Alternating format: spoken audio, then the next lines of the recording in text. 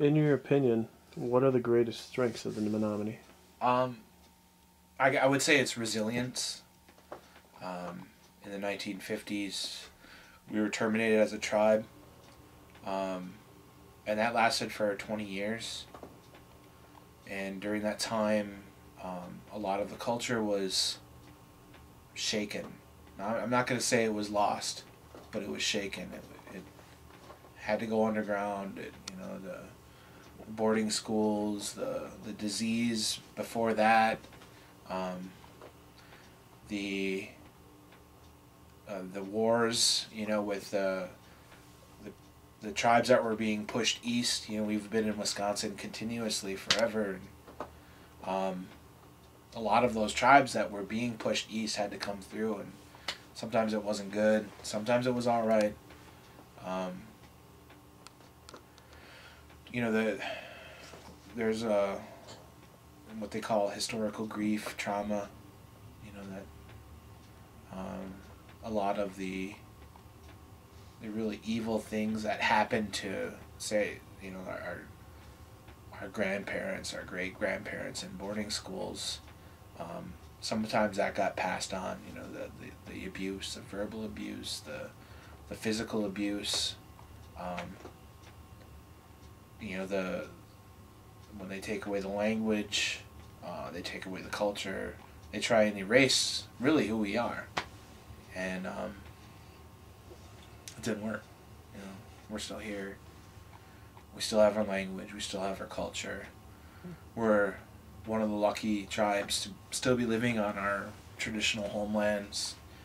So we have a connection with. I mean, that's probably what our greatest strength is, being able to live on a place that our ancestors chose. It's not like we got pushed to Oklahoma or um, east or west. I mean, um, there was a place in Wisconsin that we chose to live, and that's where we live. It's not our traditional. Like, it's not to the extent of what we used to have, but it's still, it's like the heart of our traditional lands.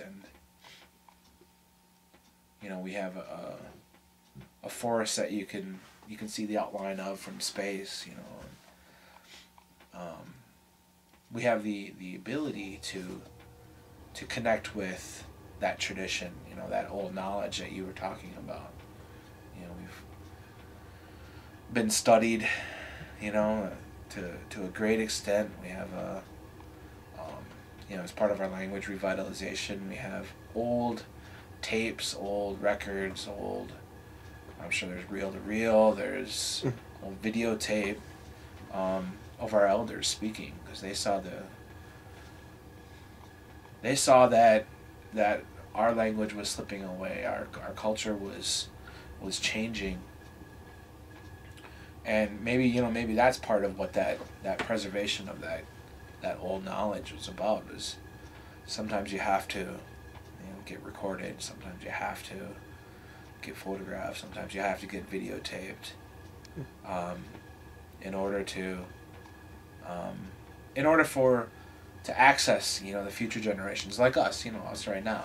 I can go back and listen to people that are gone, and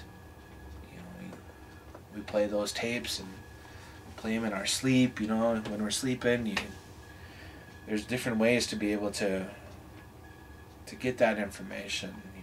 And the reason why I said play it in our sleep is because that it starts to, you wake up with that knowledge. It gets put into your subconscious. It gets into your unconscious mind, and so you wake up with a word, say a word, and you're wondering where it came from. And it may be something you heard at night. It may be something that came to you in a dream. And I think that's possible. That knowledge it's so sacred. It's who we are. It's a way we communicate with with that higher being, that great spirit, And you know, sometimes they want to talk to us in that way, and it's up to us to continue that. You know, and that's another thing that we work on the reservation, is that preservation, that revitalization of that. I think that's all I gotta say about that.